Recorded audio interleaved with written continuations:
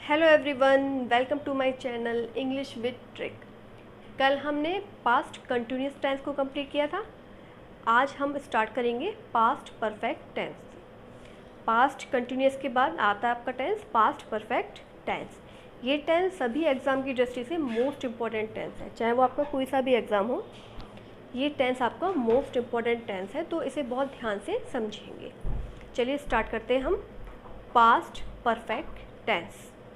Next tense है हमारा past perfect tense. देखिए, इस टेंस के वाक्यों के अंत में चुका था, चुकी थी, चुके थे, लिया था, दिया था, किया था आदि शब्द आते हैं तथा कार्य का बीते हुए समय में समाप्त होना पाया जाता है। मतलब जो कार्य है हमारा वो ऑलरेडी कंप्लीट हो चुका है बीते हुए समय में। और इस टेंस के वाक्य के अंत में आता है चुका था, चुकी थी, चुके थे, लिया था, दिया था, किया था। ये आते हैं आपके टेंस के लास्ट में, जिससे हम टेंस को फटाफट पहचान लेते हैं। और जो कार्य होता है वो कार्य हमारा बीते हुए समय में क्या होता है, समाप्त हो चुका होता है।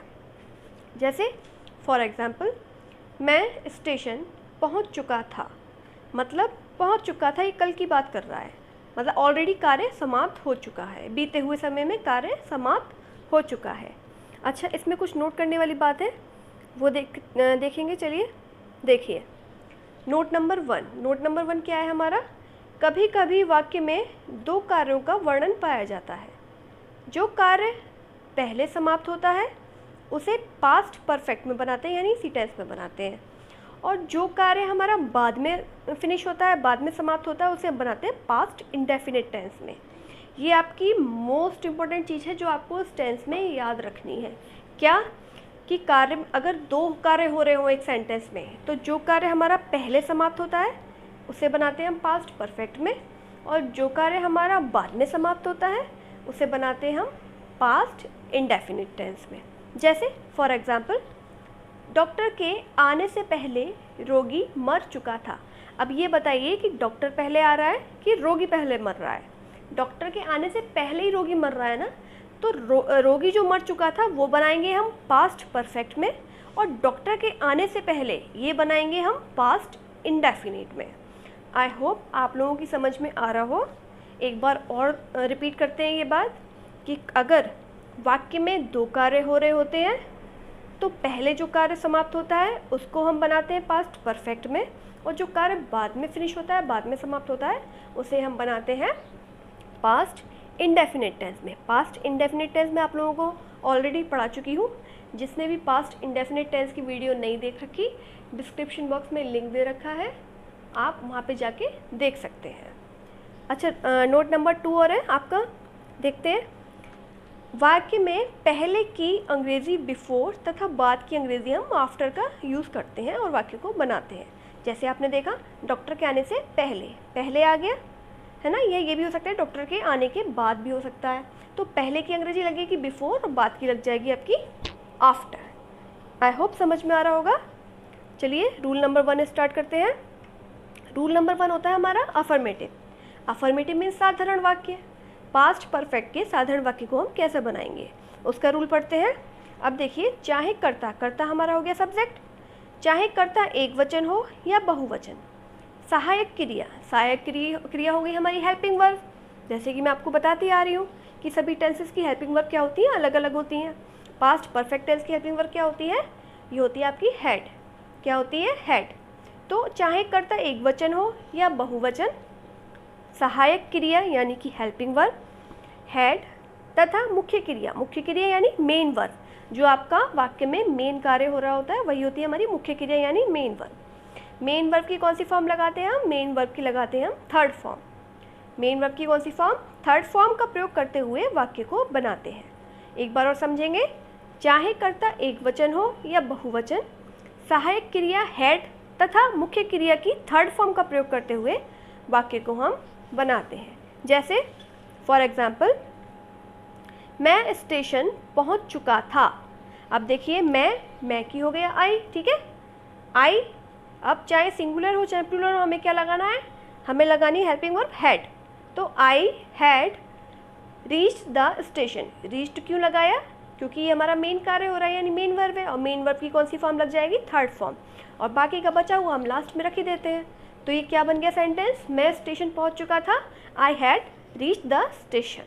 नेक्स्ट देखते हैं, एक और देखते हैं, डॉक्टर के आने से पहले रोगी मर चुका था। अब देखिए रोगी पहले मर रहा है तो हम ये वाला सेंटेंस पहले बनाएंगे, और ये सेंटेंस हम किस में बनाएंगे, पास्ट परफेक्ट में। पेशेंट हैड डाइड, पेशेंट आपका हो गया सब्जेक्ट, हैड हो गया आपका हेल्पिंग वर्ब, डाइड हो गया आपका मरना, हो गया आपका मेन वर्ब, ठीक है। डाई होता है और डाई की थर्ड फॉर्म हो जाती है डाइड, तो द पेशेंट हैड डाइड, उसके बाद लगा देंगे पहले की इंग्लिश यानी बिफोर, फिर डॉक्टर का आना है, डॉक्टर का आना बाद में हो रहा है, रोगी पहले मर रहा है, तो डॉक्टर का आना बनेगा आपका पास्ट इंडेफिनिट टेंस में। पास्ट इंडेफिनिट टेंस की क्या था हमारा रूल कि हम जो मेन वर्ब होती थी उसकी हम कौन सी फॉर्म लगाते थे, सेकंड फॉर्म यूज़ करते थे पास्ट इंडेफिनिट के अफर्मेटिव में, ठीक है।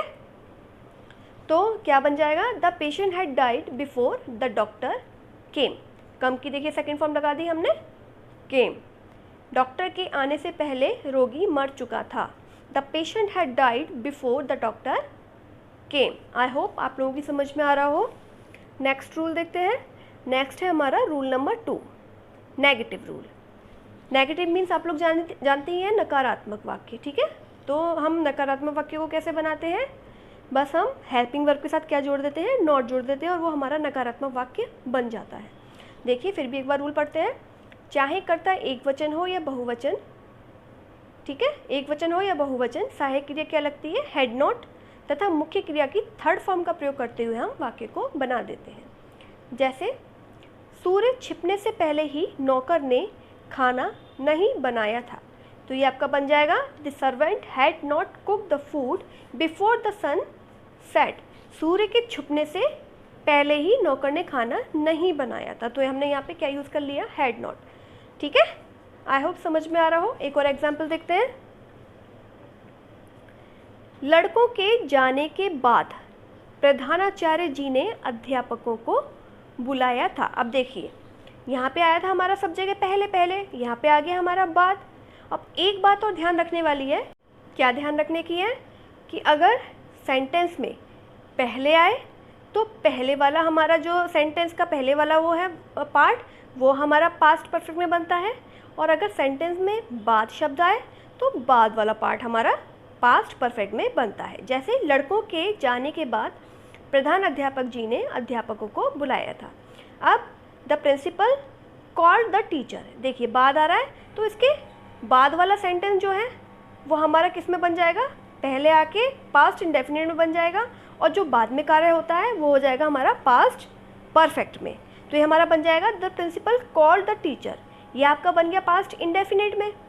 फिर आफ्टर, आफ्टर लग गया तो आफ्टर के बाद वाला जो सेंटेंस है, बाद वाला जो पार्ट है वो बनेगा हमारा पास्ट परफेक्ट में।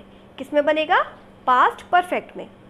एक बार और ध्यान से समझेंगे, देखिए लड़कों के जाने के बाद प्रधानाचार्य जी ने अध्यापकों को बुलाया था। लड़कों के जाने के बाद ही तो बुलाया है अध्यापक ने अध्यापकों को, तो हमारा जो बाद वाला सेंटेंस है वो बाद के बाद वाला सेंटेंस बनेगा हमारा पास्ट परफेक्ट में, उससे पहले वाला बनेगा हमारा पास्ट इंडेफिनिट में, ठीक है। जैसे the principal call the teacher, अब देखिए प्रिंसिपल ने बुलाया था, बाद में बुलाया था, अब क्योंकि यहाँ पे बाद है तो बाद वाला कार्य हमारा बन गया पास्ट इंडेफिनिट में, और जो पहले कार्य हो रहा है वो बन गया हमारा पास्ट परफेक्ट में। The principal call the teacher after, ये बात की लगा दी after, after the boys had gone, gone यानी थर्ड फॉर्म, और ये हो गया हमारा हेल्पिंग वर्ब, क्या हो गया, हैड हेल्पिंग वर्ब। एक बार और देखेंगे, the principal call the teacher, ये वाला सेंटेंस बन गया हमारा पास्ट इंडेफिनिट में, आफ्टर, आफ्टर लग गया यानी बाद वाला सेंटेंस है, और इसके बाद वाला आफ्टर के बाद वाला सेंटेंस हमेशा बनता है हमारा पास्ट परफेक्ट टेंस में। देखेंगे कैसे कि पहले अगर हो तो पहले वाला सेंटेंस पास्ट परफेक्ट में, और बाद हो तो बाद वाला सेंटेंस पास्ट परफेक्ट में। आपको इतना याद रखना है केवल कि अगर पहले दे रखा होता है तो पहले वाला जो हमारा पार्ट होता है वो पास्ट परफेक्ट में बनता है, और अगर बाद दे रखा होता है तो बाद वाला पार्ट हमारा पास्ट परफेक्ट में बनता है। आई होप समझ में आ रहा हो। चलिए नेक्स्ट रूल देखते हैं। नेक्स्ट है हमारा रूल नंबर 3, इंटरोगेटिव सेंटेंस, ठीक है, इंटरोगेटिव। इसका देख लेते हैं रूल।